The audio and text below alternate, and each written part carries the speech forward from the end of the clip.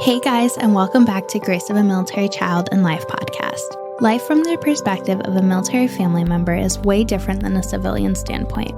Military children and family members give up their hopes and dreams to be able to stand by and support their service member, and it isn't an easy lifestyle for anyone to live. I hope that this podcast is able to help connect the military community and give others just a glimpse into what the military life is like from the perspective of spouses and children.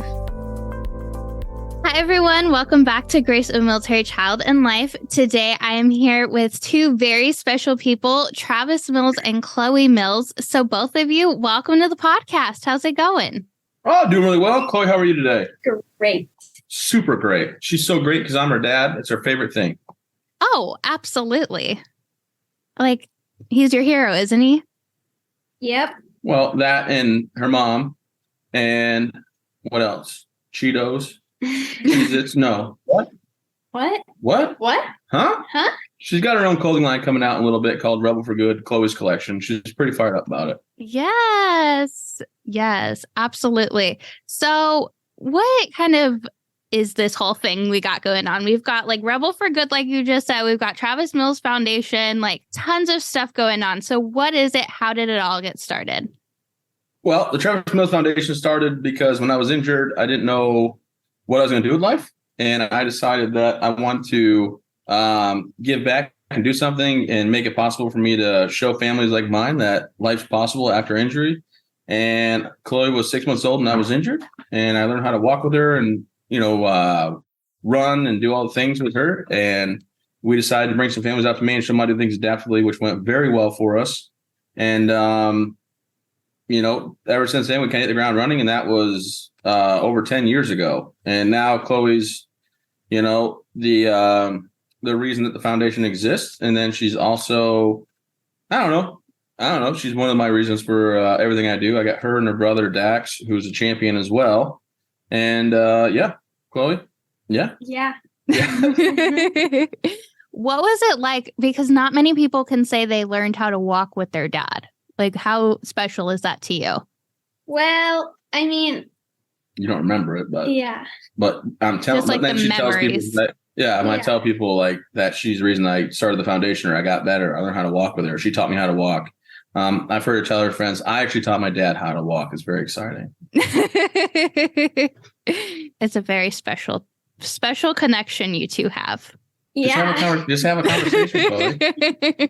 I mean, you don't have to be so shy. Yeah. What you like to do? What do you like to show your friends?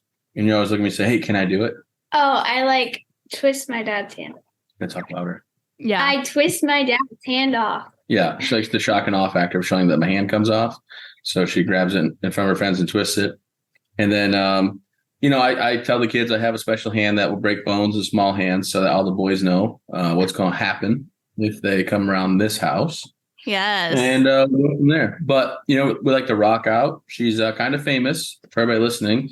She's in a documentary. She's featured in not one, but two documentaries. The oldest one that we have is called Travis's Soldier Story. The newest one on HBO Max and Discovery Plus is called Hi, I'm Travis. And she plays the leading role of my daughter. That's your role in real life, too. Yeah. Yeah. What was it like filming that? Did you have fun? Do you have special memories from it? Yeah. We went to Fielders. We saw my friends. Yeah. She wants to be modest. She likes the limelight a little bit. We have an article just posted. I was given the honor of being the main nonprofit business of the owner of the year or something like that. Yeah. And they asked me what the inspiration was. And I said, Chloe. So then in the middle, they opened up the magazine or the newspaper article, and it was a big picture of Chloe and I. So she got to take it to school and show everybody that, oh, hey, by the way, look at the reason that my dad's successful was me. I mean, kind of props to you, right? Yeah. Yeah, it's something cool that you can tell your friends and you can, kind of show off that you're part of the reason. You're a big part of the reason. Yeah. I mean, look, I'm not saying her friends' parents are boring, because they're definitely not. But do all the kids want to hang out with us, Chloe? Definitely. Definitely. They spill the tea. I know all the gossips. All. Oh, yeah. Because why not? Why wouldn't you want to hang out with, cool dads and stuff like that, too? That's right. That's right. I mean, I Hang out scared. with my best friend. Oh, girlfriend! I'll tell you what, my best friend. Wait, me, right? Yeah. Yeah. See, But just the bond between the two of you, it's obvious. yeah, she's lucky to have me. I kind of tell her every day how grateful she should be to have me for her dad, and how lucky she is. And every day I tell her that repeatedly, so she knows. Just kidding. Yeah. Just kidding. Do you feel lucky to have no, him? I mean, Do you feel lucky? Yeah. you're nailing this, Chloe, with the one-word answers. I'm glad we're having a real conversation. It's okay. I've had way worse. So I mean, no, I got you. But as Chloe doesn't really remember anything to do with the military. She knows I did serve, but she does tell people she's not from the state of Maine, where we live now, where her brother was born, because she is not. And I'm from Michigan. My wife's from Maine. And where are you from? North Carolina. She's a North Carolinian. Nice. She tells everybody, because she was born at Fort Bragg at Womack Hospital in North Carolina. Yes. Yeah. Yes, I was. So she's a Southerner. She's a Southern girl. It's nice to be a Southern girl.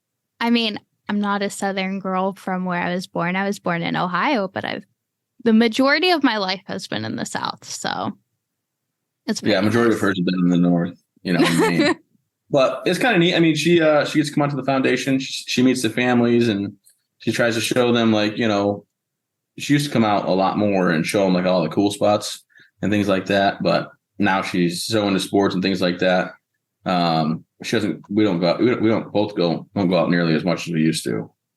But I think it's cool that if you think about, my journey was to get better for her and for my wife when I was first injured, and now our mission in life is to show other families hey, look, my family can do it, so you should be able to do it too. She's also kind of a genius. Hold that up. Show her what you're doing. Show her what you're doing. So she's really good at Rubik's Cube. How cool. Yeah. Not many people can say that they can, solve Rubik's Cubes. I am not one of them. So well, ask her how she learned. And how'd you learn? Jamie. How'd you really learn? Jamie. Taught you what? It's just a math equation, right? No. What? No. I thought it was a YouTube video that showed you. Yeah, it's a YouTube video that shows you how to do it. Yeah, but yeah. It's magic. And then we play Monopoly.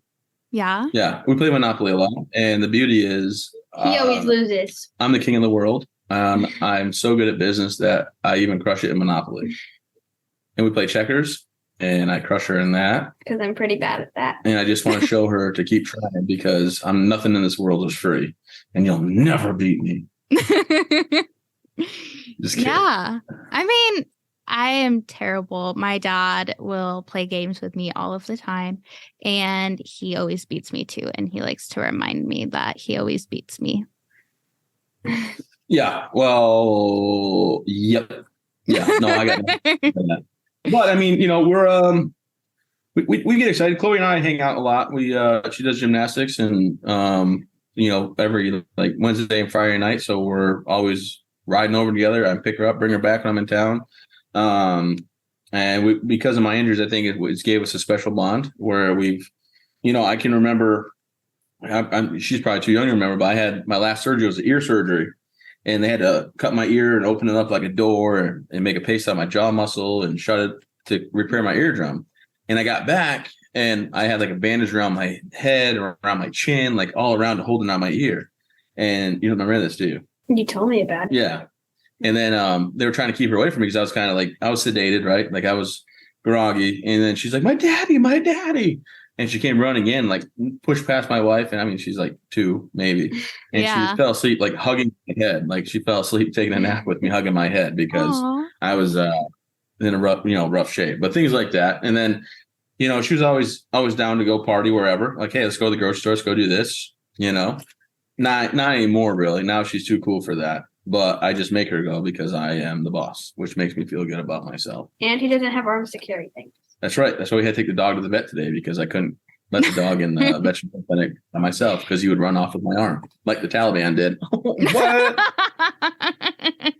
I mean, it's true, right? Sort of, Yeah, exactly. So you got to joke about things. You got to joke about it. You got to have fun with it. So what is it like, I mean, you've kind of touched on it, but raising a child, not only one, but two children and like, kind of in a sense growing up with Chloe, but then, living with these injuries, trying to keep as much a normal life for your kids and for your family as possible? Yeah, I think my biggest thing is I want to make sure that when people talk about who I am, when they're like, oh, Travis Mills, and people are like, I don't who, that they like say first thing is like, Chloe's dad or Chloe and Dax's dad, the guy that has the Travis Mills Foundation, the guy that has the White Duck restaurant. The what? Best person. The best person ever. Right. But I want the identifier like by row number 4 or 5 to be the guy with no arms, no legs. And I think I've done very well in my local area to do that. So people fortunately look past my injuries, and I don't have a lot of like awkward stares and stuff like that because people know the story, but they also know the accolades of what I've done since my injury. And I think that's played a huge role in, my life here, because the ability to have people see me for me and not see me as a guy with no arms, no legs, has been huge in letting my kids have a normal life. Having Chloe and Dax not feel weird that I have no arms and legs. It's just normal to them. But now it's not just normal to them, it's normal to everybody. And I've worked very hard at kind of changing that dynamic so that way people, don't treat me different in front of my kids so they don't feel like their dad's different. Safe to say, right? Yeah. Yeah. Because, growing up with, a dad missing arms, legs, mine just has the one leg, but people stop and stare all the time. People, point out and say things. Some people, do it more graciously than others, but it's awkward for kids. I mean, let alone you guys who have to, receive the stares and everything, but it's weird for kids growing up because you don't normally have somebody staring at your parent. Yeah, and that's why we try to make light of it. That's why Chloe will take my hand off in front of people to impress them, or she'll, say, "Hey, did you hear what that kid said?" Or she'll laugh. We'll just laugh off what they had said to us or things like that. But, it's a whole new thing when it comes to my son because he's so young that now there's a new generation of people that don't know me. I guess and my son's going to go to school with it. I got to retrain to look past my injuries, but that's no big deal. I mean, it is how it is. And it'll all work out. But yeah, I mean, it's just, it's more important to be comfortable in my own skin because that way I can I can address what people are saying or they're thinking or how they're feeling about me. And that way we can get back to being normal. As normal as possible. I'm not right, but that's not because of the injuries. Yeah. I mean, you have to kind of just find a new normal. I mean, that's all what we all had to do after COVID and whatever this new normal after that is going to be. It's like the same thing. You have to find a new normal. I was older when my dad got hurt. I was 9. So, finding the new normal of stepping into kind of a caregiver role of not only myself, but my younger sister, my dad, and then step in wherever, my mom needed help too. Yeah, Chloe gets the brunt of that a lot now. We need something done, like if her brother needs orange juice or something like that. Now it's her job. I know. It's not my job by any means. No, but she's been great. My biggest thing is I didn't want my kids to ever have to help me get my legs on. There's 5 minutes of my day that I really hate. But unfortunately, me and her were running late to something, and it was just us in the house, and she had to help me get ready. And she, no problem, just help me throw my sleeve on, help me throw on my caps, put my arm on the right way. And just about as fast as the people that help me normally every day, we were out the door and on our way. So, that's the most vulnerable I feel is when I have my, I have to get ready for the day and I have to have someone help me with my legs on, button my pants for me and things like that because I can't do it myself. But, it was only maybe 3 minutes of my day. So after that, everything's pretty normal for the most part. I take her to school. We roll up. We listen to music loud on the way in. But then we get to school. We got to turn it down when she gets out. And then, I'm like, love you. Have a good day. And then the one day she didn't say it to me. So I put the window down and I started yelling it to make sure that she heard it because she forgot. And then I fell. Yeah. Turned around. Oh my gosh. She fell up the stairs. And I'm like, well, maybe the next time, don't make me do that to you, bro. Learn your lesson. Yeah. And then, we get in the car and I ask her about her crush and how her crush is doing. And same every day. They didn't talk. She did look at him. He looked at her. They looked away quickly. And that was it. Yep. Is that not the recap I got today? Maybe. We're very open about it. We talk all the time, don't we? Yeah. Yeah. Oh, Snickers. That's not really her nickname. It's good to have that, connection, even though like trauma unfolds and trauma happens, you still, I think it brings you closer, honestly. Oh, yeah, definitely. I mean, our favorite pastime is, just making fun of people, when they walk by. I'm just kidding. Totally joking. Yep. We don't do that.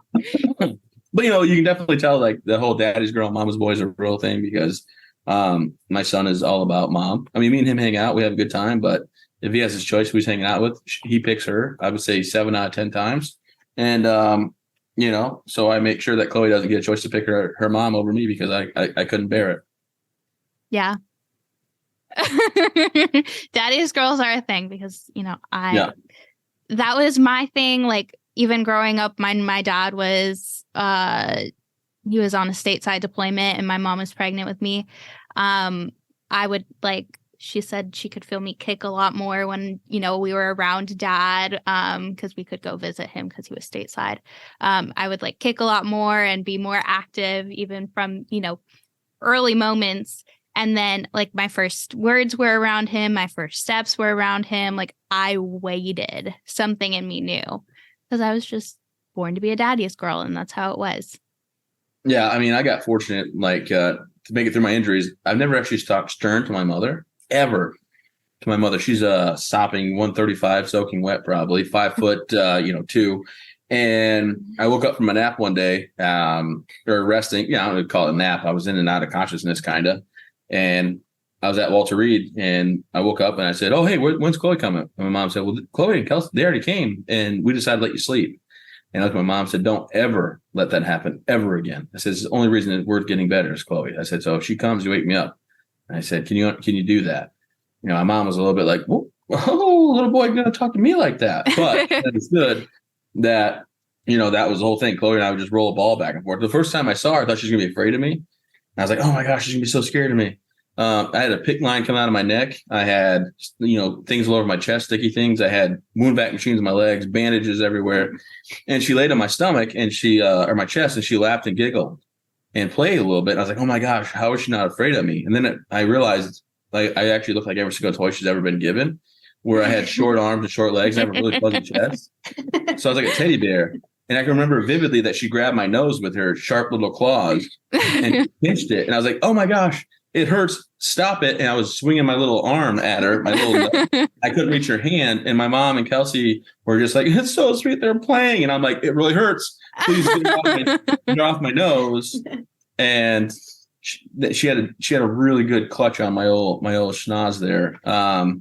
So, but that was the first time she saw me, and I wasn't too mad at her for hurting my nose with her death grip. But no, I mean, it was just that was the reason I wanted to get better. Was I lived through my injuries, and my wife and my daughter were there, and I figured I might as well make the best of it, Yeah, we lived in the Fisher house for 10 months, and we were very fortunate enough to, after a couple months, we had separate rooms. So my sister and I had our own room, and my parents had their own room, and we just had the door in between. And my dad would wake up in the morning and not want to get out of bed, but he'd hear, us getting ready for school, and he'd be like, "That's my reason. My kids and my wife are my reason to keep going." I can't. 10 months. Wow. I was only in the inpatient hospital for 5 weeks, I think, and then they moved me to me and Kelsey got an apartment, outpatient apartment. Yeah. Well, so we all lived in the Fisher house for that long. Yeah. He was in the hospital for 2 months, I think it was, a little over. Yeah. And then we were reserved, so they don't PCS you. We were literally, our orders are written 1 day shy of PCS. So we had to get an exception of policy to move into on-base housing. And once we got that, I mean, we were able to move once a house opened up. But how long were you guys there for? He flew in November 27th of 2011, and then my mom flew in that night as well. And then my sister and I came December 22nd of the same year. And then we all left May, I think 27th of 2014. So about 3-ish years. What? Yeah. Was there a limb salvage to deal with that, or what was? Yeah, that was a huge thing. Sense. And then he's got much better life now, right? Like with it being gone. Absolutely. I don't know why they do limb salvage stuff. I mean, not to be rude. I know it's weird to tell people cut their legs off, but like I was there for 19 months, and the last 6 months I probably could have retired, but they paperwork held me up or whatever. But but then my buddy had limb salvage, below knee amputation. He was doing good. He was just dragging his leg around. He's finally just please cut it off, and they did. Now he's a Paralympian. His name's Max Roan. Yeah, and I'm just like, wow, that's insane. That people. I mean, not to be rude, I get why they want to save your leg. Well, and they saved it in Afghanistan. There was the Navy corpsman who literally saved his leg, saved his life. But we are well aware that there is going to be a day that comes where that leg's going to have to go. It's just a matter of time at this point. And when he first got his leg in February of the following year, I believe, and he couldn't wear it because it wasn't fitting right. And so his crutches weren't working either. So he was in his wheelchair, and we went to the PX on base. And this kind of slowed the recovery a bit too, because he slipped in the PX parking lot and busted his stump open. Literally, you could see his tibia sticking out. That don't sound like very much fun. No. So that kind of slowed that process a bit too, because then he was back in the hospital for another month. He had another wound vac on him and stuff like that too. And then, go through the process of healing again, and then getting another leg and walking again and all that chaos. Yeah, I was walking just shy of 2 months on my short legs, and then it was painful, but I was just like, we got to do this. And then I did fall out of my wheelchair and land on the end of one of my legs. But luckily I was fine. They had me on my legs for another week or week and a half, and I went back to it. But no, it's crazy. Some people's stories are just insane. I had a very easy road to recovery. For as bad as my injuries were, I had 10 total surgeries. I think that's it.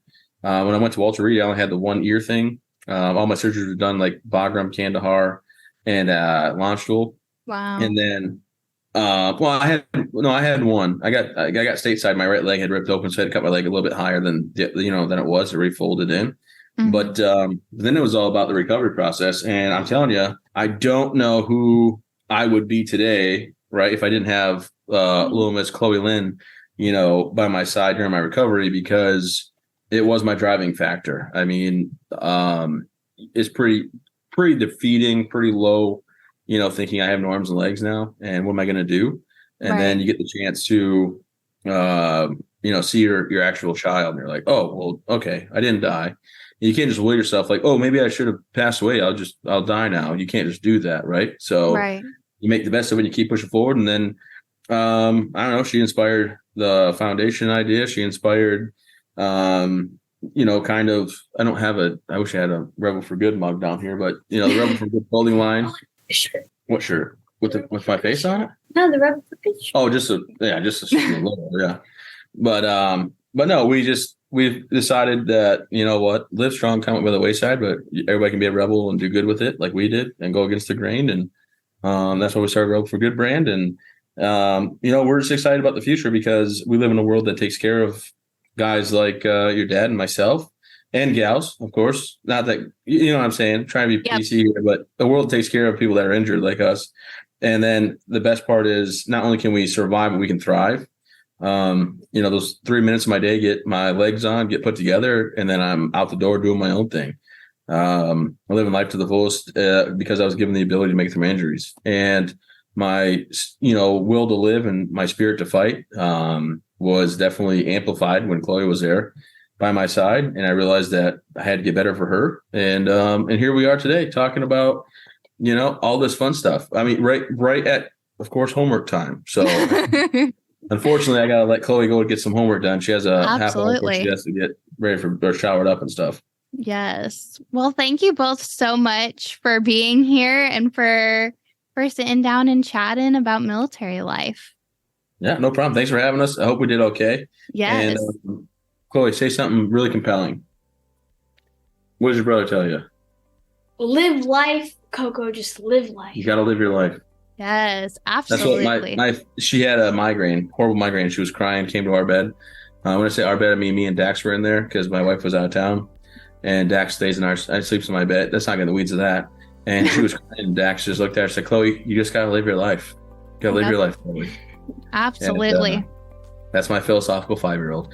But anyway, I appreciate you having me. Good luck with everything. And thank you you for the foundation as well. I'm not sure if everybody knows that you help out and crush it at the foundation for us. So we appreciate that too. Thank you. Absolutely. Bye. Thank you for listening to this week's episode of Grace of a Military Child and Life. Make sure to set a reminder for every Tuesday to listen to a new episode. You can find us on Instagram and YouTube at Grace of a Military Child and Life. If you have any questions or want to be on the podcast, send a message to one of our social media platforms or email grace.of.a.military.child@gmail.com. See you next week.